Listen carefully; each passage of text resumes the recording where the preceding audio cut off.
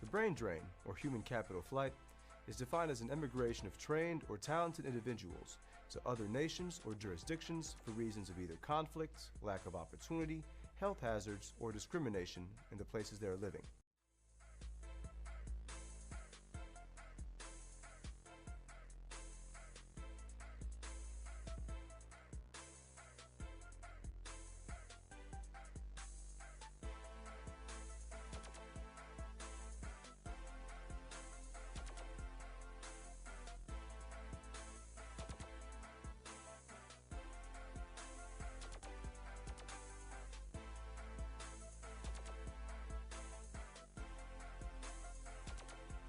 The most dangerous thing in the life of black people, second only to white racism, is elitist blacks. Elitist blacks are largely responsible for the lack of progress in the current quality of life that is exercised by the black masses. Members of the black elite often have the same opinions and viewpoints towards the black masses as white people do. They are almost white people in black faces. They have the same ambitions, the same goals. They are just as capitalist minded. They are just as interested in moving out of their neighborhoods or not supporting people in their neighborhoods. They treat black children just as poorly and meanly as any white racist or white elite would do. Elitist blacks are some ministers, some imams, some religious leaders, some business owners, some politicians, some community leaders, some college graduates who position themselves in relation to the power structure and sustain their existence in that relationship with the power structure by exploiting, misrepresenting, and misleading the black masses.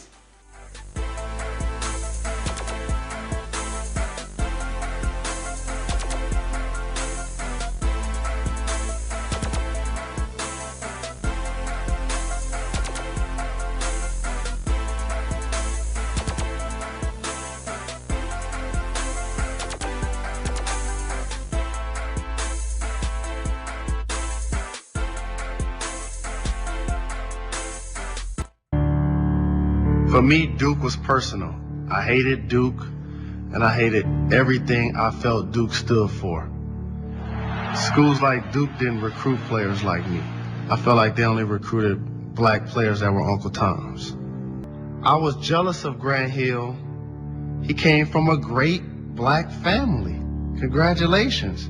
Your mom went to college and was roommates with Hillary Clinton. Your dad played in the NFL, was a very well-spoken and successful man. I was upset and bitter that my mom had to bust her hump for 20 plus years. I was bitter that I had a professional athlete that was my father that I didn't know. I resented that more so than I resented him. I looked at it as they are who the world accepts, and we are who the world hates. What's your reaction, Chris? Oh, this is very near and dear to my heart as someone who's very concerned about the plight of African American people. And I want to say a few things. First, Jalen made a bad choice of words. You know, Uncle Tom's about the worst thing you can call an African American. It's worse than the N-word. I don't like the N-word at all, but blacks call each other the N-word all the time. You don't want to call another black person Uncle Tom. Secondly, I know Jalen, as Grant alluded to, has been maybe wishy-washy about how he feels today. But when I look at Jalen, he's building a charter school in Detroit for inner city children, mostly African American, and I'm sure he's hoping that many of of them go on to a school like Duke or go on to become, get a two-parent household, married with kids like a Grant Hill. So I don't think he really feels that way today. Thirdly, Grant Hill's no Uncle Tom in any way, shape, or form. Very proud of his African-American heritage, has a great African-American and valuable African-American art collection, great role model for black people on and off the court. Now, this is the big thing. This episode between Jalen and Grant Hill, it exposes some dirty laundry in the black community. And that is that there is an identity crisis within the black community, especially among young black men, surrounding the question of what it means to really be black, to truly be a black man. And it stems back from, since we were brought to this country as slaves, our history, our culture was stolen from us. We were told we were over in Africa acting like monkeys, and then until whites graciously civilized us. And we were told that being black is synonymous with the bottom, with what's worst, with dysfunction. It was synonymous with being ignorant, with being irresponsible, with being poor, with being violent, with being subhuman. And sadly, this was not taught to one generation of blacks. This was taught to 10, 15 generations. And today, that mentality still is prevalent among many African Americans.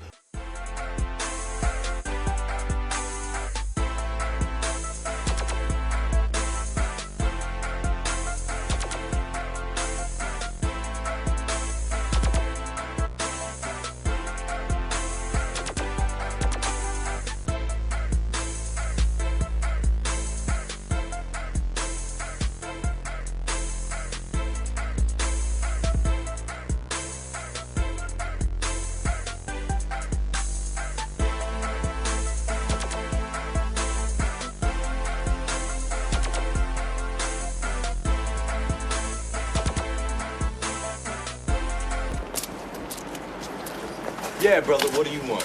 You ain't no kin to me. That's right, and we ain't your brothers. How come you college motherfuckers think y'all run everything? Hey, is there a problem here? Big problems. I heard that. You come to our town year after year and take over. We was born here, gonna be here, and gonna die here, and can't find jobs because of you. Yeah. Right. Can we go? Okay, can we just go? We may not have your education, but we ain't dirt neither. And ain't nobody said all of that, all right? You Mission Park's always talking down to us. Look, brother, I'm real sorry that you feel that way, okay? I'm really sorry about that. Are you black? Take a look in the mirror, man. Look, man, you got a legitimate beef, all right? But it ain't with us, okay? Are you black? Hey, look, man, don't ever question the fact whether I'm black. In fact, I was gonna ask your country Bama ass why you got them drip chemicals in your head. Right, goddamn it. And then come out in public with a shower cap on your head. Like a fucking bitch. Who you calling a bitch? Well, if the shoe fit. Now, I bet you niggas do think y'all white. College don't mean shit. Y'all niggas. And you gonna be niggas forever. Just like us.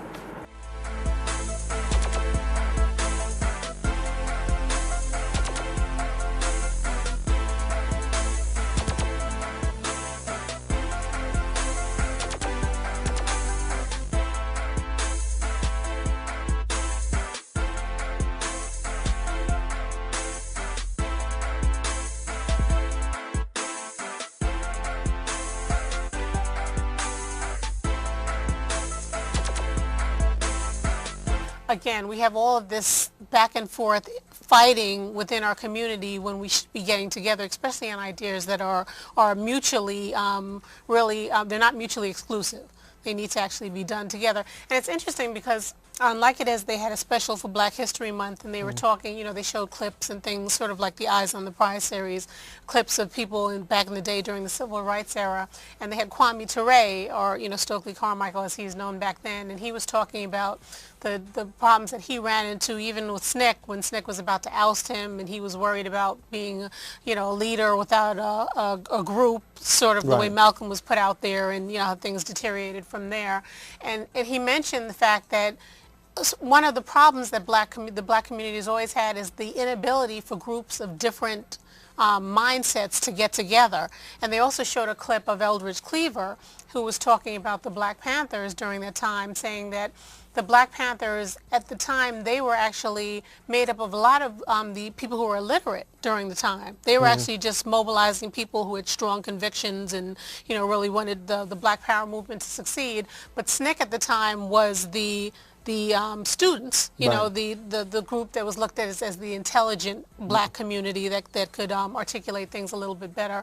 And the fact that the two never got together was an issue, you know, because it can maintain that division that we always have that keeps us divided and conquered.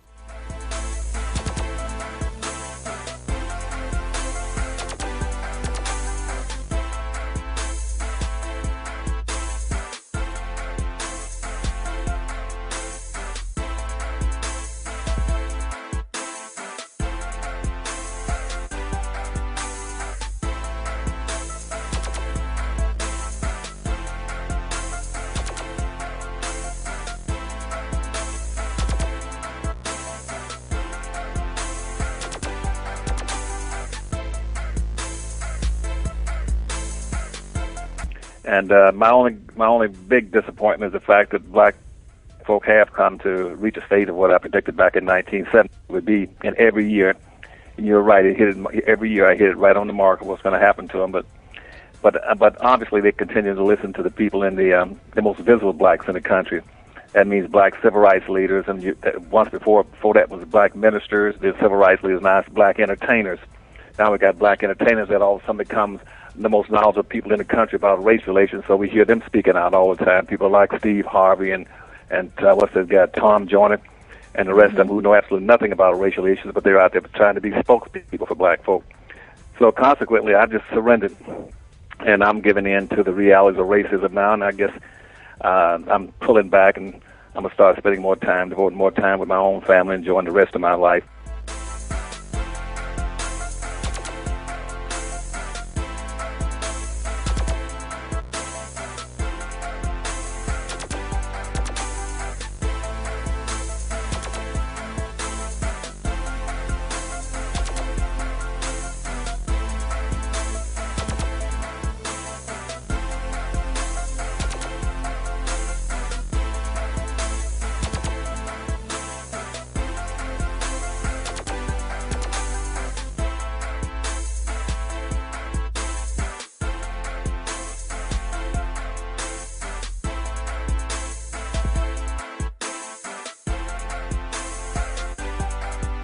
I was a black hat hacker, someone that illegally breaks into computers. Being ethical meant doing the right things, not only for yourself, but for everyone involved. My name is Ujovi Noor. I start companies. My major company is a computer security company. I started my first company, which was a computer security company. And it's been very successful. Within a year, it was making $2 million a year. I have a book telling everyone in the world about my life. Never would have imagined that this happened.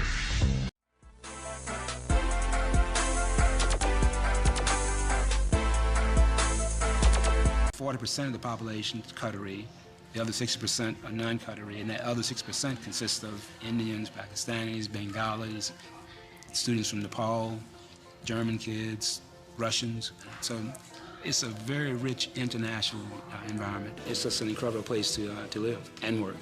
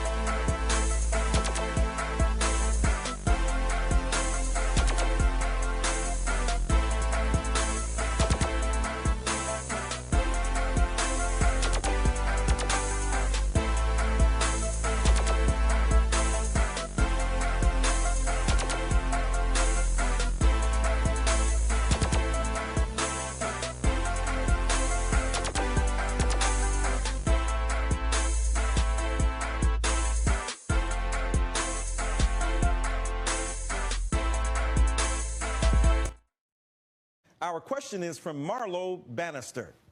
Why do the poor in red states always vote against their own interests? Makes you go, You know, that's a great question. And the answer, I think, is similar to what Martin Luther King Jr. faced when he was in the Birmingham jail. And he said he had a white jailer there. And he asked the jailer, do you fare any better than I do? Do you have any better options in terms of economics and social standing and status? And of course, the answer was no. And Dr. King's response to him is, you would gain more by joining with us, by not allowing the people who are jailing me to imprison your economic future. And I would say the same thing about the red states here. The poor in the red states are blinkered by those people in high status and economic, politically speaking as well, who prevent the solidarity that could be generated between poor people who are black and Latino and who are Asian and who are African American. They would have much more in common. But the racist division, the classist division, and the geographical dislocation continues to work against the best interests of poor people. And I would say to those poor people in the red states, the policies that are being promoted by the Tea Party and by the right wing have nothing to do with enabling you to have a better education for your children or to have a better time at your employment. Those who fight for fair wages, those who fight for the benefits of economically, and those who fight for your health care are, I'm sorry, in the blue, not in the red. White working Americans and President Obama, that is the subject of this evening's Talking Points memo. A new Associated Press poll says white working Americans are now President Obama's biggest nightmare. Back in 2008, white voters without college degrees favored Republican congressional candidates by 11 percentage points. But now, according to the AP, that figure has doubled. 58% of white working Americans say they will vote Republican in November. Just 36% say they'll vote Democrat. How would you advise Democrats to shift the party or to shape the party or to be able to appeal to white Southerners? Or should we just write them off and say they're never going to be with us? No, do not ever write off white Southerners, or Southerners anyway. I said that before. They determine these elections.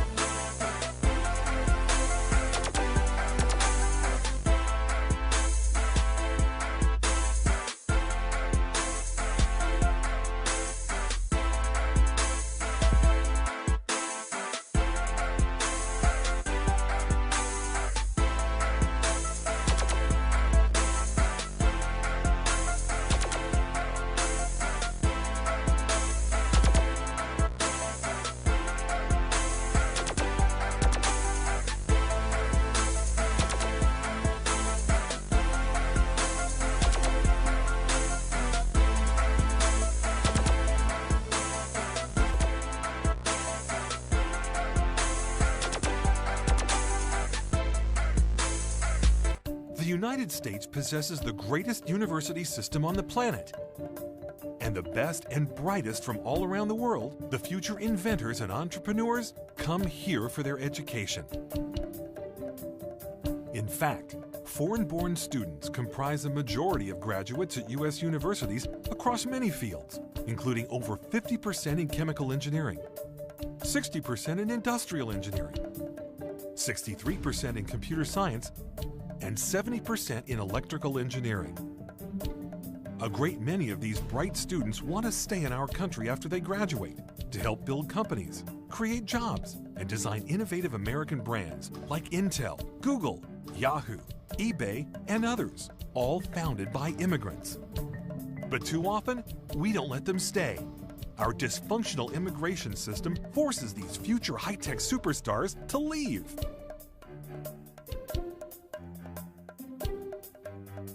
At the same time, other countries are aggressively recruiting immigrants with science and technology degrees.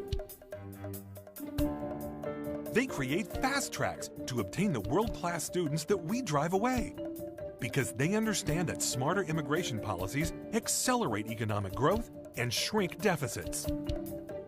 Ambitious entrepreneurs are now taking their talents to countries like India, China, Singapore, Australia, Brazil, Canada, and others. They could be starting companies in the U.S. and hiring American workers, as countless other high-skilled immigrants have done here for decades. In fact, over the past 2 decades, for every immigrant with an advanced degree in science and technology who stays in the U.S., more than 2.5 other jobs are created right here in America.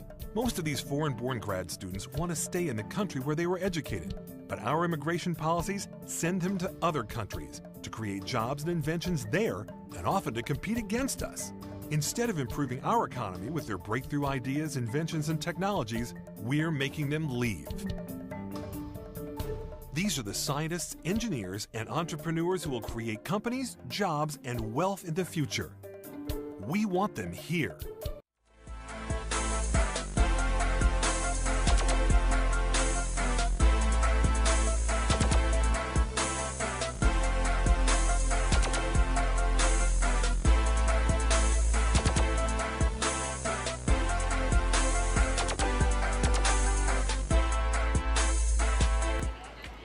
Visit the campus of any top American university. This is the University of California, Berkeley, and the racial diversity of students can be striking.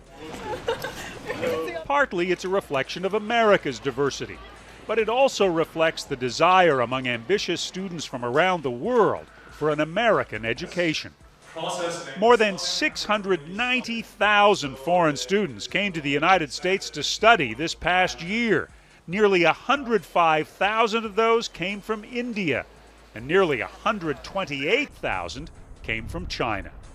And foreign students often excel, earning more than half the doctorates awarded by American universities in math, computer science, and engineering. We've been a land of immigrants. We've brought in the best people from all over the world all the time. Vivek Wadhwa, now on the faculty of 3 American universities, Harvard, UC Berkeley, and Duke, came from India to the U.S. as a graduate student and says the immigrant story has been the same for centuries. Whether they came on the Mayflower or Air India, they bought one-way tickets over here. There was never an option of going back home because this was the only land of opportunity. Historically, most foreigners who studied in America ended up staying. 5 years after graduation, 92% of Chinese who came here as students are still here, and 81% of Indians. The rest of the world has long suffered a brain drain, as so many good brains came here. Google's co-founder, Sergey Brin, came from the Soviet Union. Pierre Omidyar, who started eBay, is Iranian, born in France. Jerry Yang, co-founder of Yahoo, is from Taiwan. Vinod Khosla, co-founder of Sun Microsystems, is from India.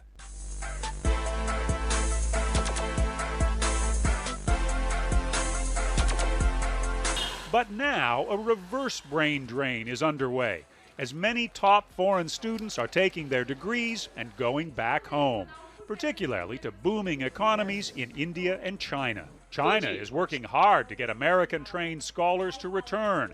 Chinese officials came to Los Angeles to show students and professors at UCLA a sparkling new Chinese science park. This is a new high-tech hub that holds promise for miracles. China needs more and more high-tech people. For James Yi, with his new UCLA PhD in math, China's growing research and development is beckoning. Lots of jobs positions disappeared in the United States, and more students with advanced degrees prefer to go back. Even some long-established and successful immigrants are packing up and going home. We are grateful to the education we received. We are grateful to the generosity of the people in the United States. Shi Ying Gong earned his PhD in molecular biophysics at Johns Hopkins. A naturalized American citizen, he was a professor at Princeton for more than a decade. But now he's back in China, leading the brand new School of Life Sciences at Tsinghua University in Beijing. If China can maintain this growth rate in both quality and quantity, China probably will overtake the United States in 20 years as the most advanced science and technology country in the world. Shi Ying-gong didn't go home empty-handed. How many of you have received their education in the U.S. and then chose to come back to China? He recruited more than a dozen postdoctoral scientists educated in America to return to China with him. Now we have the best and the brightest who came here, who are taking what they've learned from us back to their home countries, and they're going to compete with us. When President Obama honored math and science educators, he acknowledged the importance of nurturing the next generation of researchers and engineers. Our future depends on reaffirming America's role as the world's engine of scientific discovery and technological innovation. Among those receiving awards at the White House was Professor Frank Bayless of San Francisco State University. His solution to the departure of so many smart foreign students is to find more smart American students. To fill that void, we obviously need to look at the domestic pool. Bayless runs a program at San Francisco State that supports low-income and minority students whose potential in math and science may not have been realized. As more and more top foreign students decide to head home, schools like San Francisco State figure the answer to the reverse brain drain is to make sure good American brains don't go down the drain.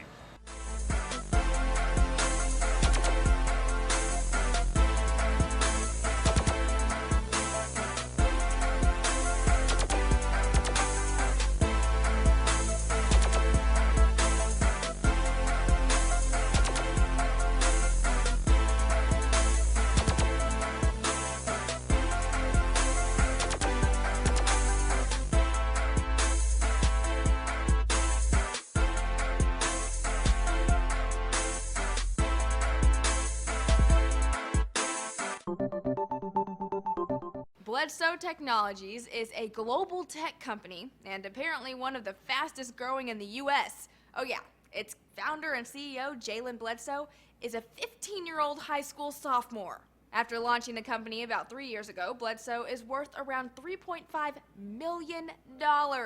Wow. Talk about doing big things. Bledsoe Technologies does web design and graphics for other companies. Bledsoe's About page says we are focused on assisting small to mid-sized businesses establish high usage of technology within their organizations, as well as establishing a strong web presence. And they must be doing a pretty good job at it. As of now, Bledsoe has 150 employees around the country. This month, he plans to speak at Trip Start Day by Independent Youth in St. Louis. The goal of the program is peer-to-peer interaction with other successful teen entrepreneurs. Bledsoe says he is now working with hotels to build an online check-in system where your phone will double as a room key. He also says college is in his future. He wants to go to Vanderbilt, then Harvard, and double major in business administration and computer science. He must have some really proud parents.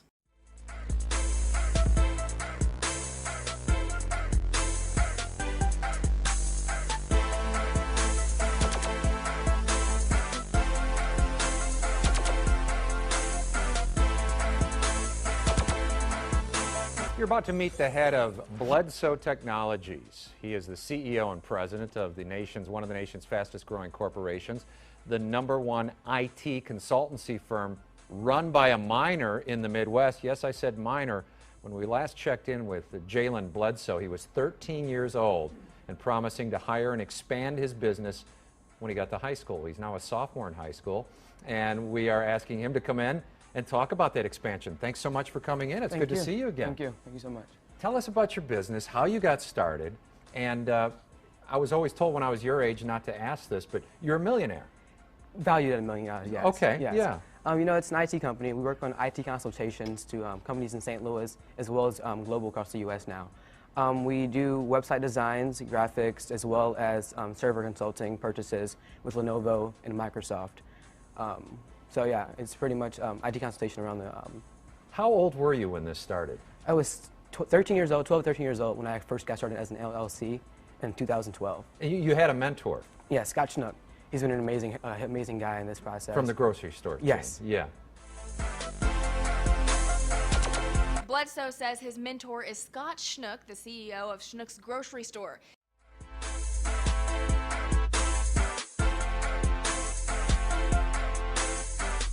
And what information did he give you in a nutshell that helped you get this start? Take risks. You know, there's nothing you can do as a minor that'll shoot you down for too long. Because you're young, you can jump back up and keep going. And that's one thing I lived by since then, is to keep going and move forward and always take risks. Well, you do what you know, and you love what you do. And you're also working with another entrepreneur. You've got a big event coming up. Yes, it's Trip Start Day by Independent Youth. We're speaking at SLU on September 23rd, and it's a peer-to-peer mentoring program where we have 14 youth entrepreneurs from around the country. Lachlan Johnson, she did Flip Out. She was on Shark Tank a few years ago, actually. Adele Ann Taylor, nonprofit entrepreneur, as well as Jim McKelvey, the co-founder of Square, will be speaking at this event. That's fantastic. How many employees do you have at this point? Because that's what you said when you were 13. You wanted to expand the business.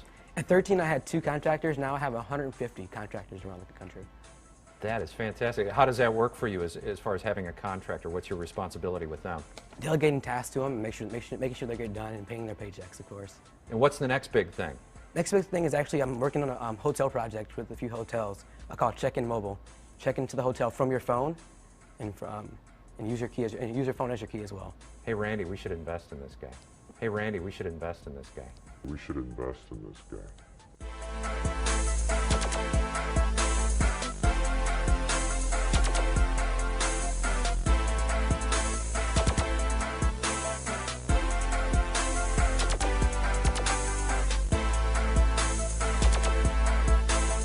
Ladies and gentlemen, help me welcome Jalen Bledsoe. How are you guys doing today?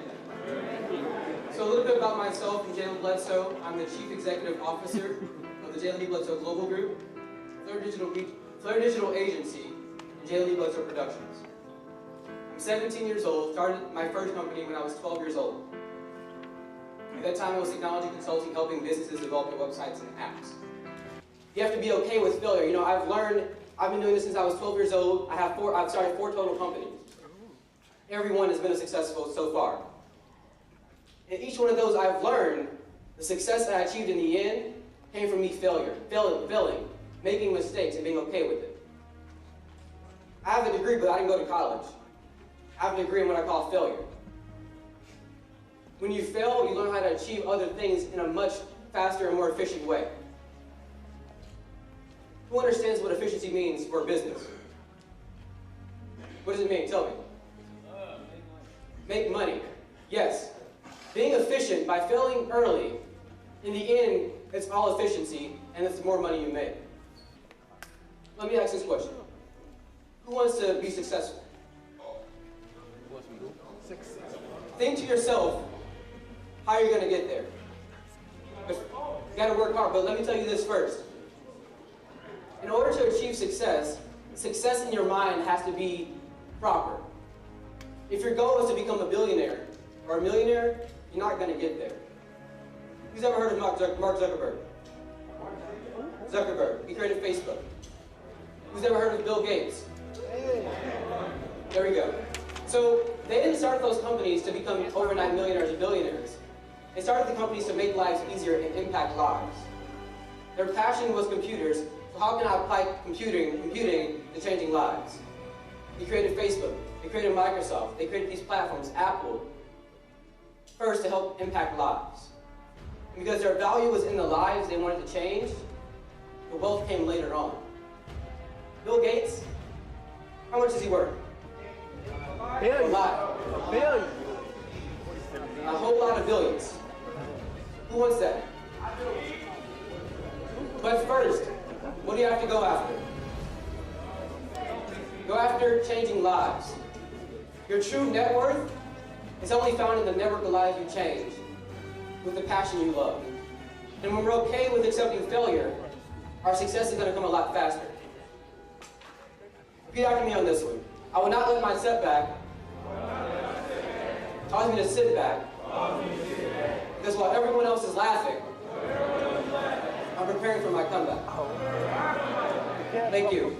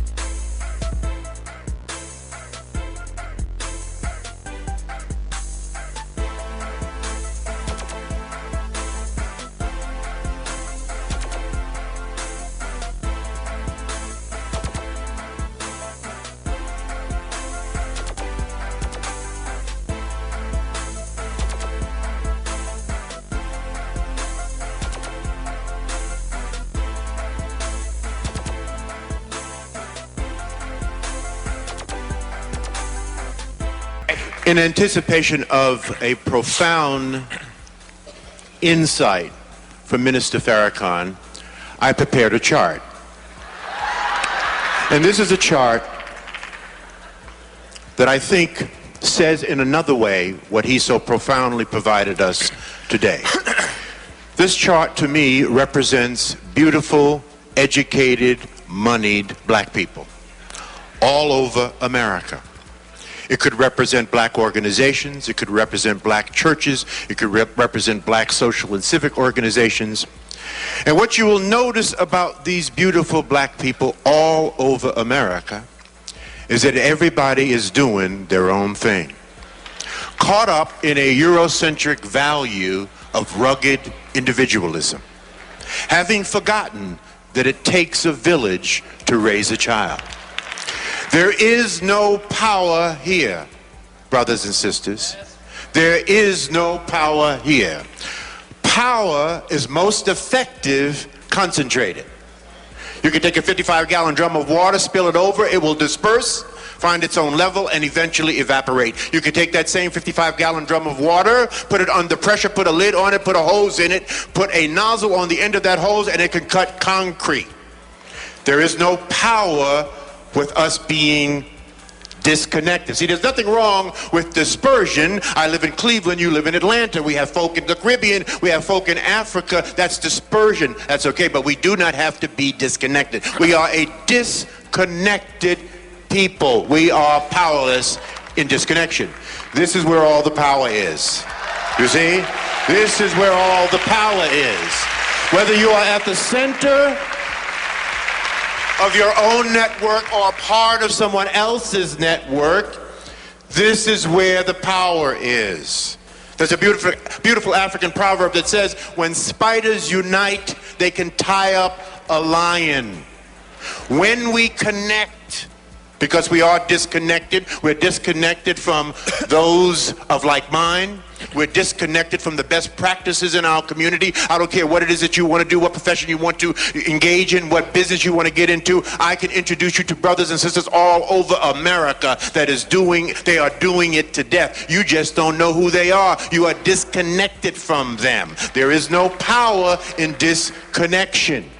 Okay? When we connect, we prevent interlopers from coming into our communities and taking and destroying at will. All right, George. Try to open up the Booker T. Washington delicatessen in Chinatown and see what happens. So we must connect. We must connect the dots. That must be the movement for our people in the 21st century. We need a lot of us doing a little instead of a few of us doing a lot. We need to get together to get ahead. That is why we must network. That is what we teach at the Power Networking Conference in June in Cleveland. Come and visit with us. Thank you, George. Thank you very much. Please remember what it said in Isaiah. Remember what it says in Isaiah. And the voice of the Lord said, whom shall go for us? Then said I, here am I, send me. We must go, brothers and sisters. We must do this. We must take on the responsibility. We are responsible for our own success or failure. Thank you.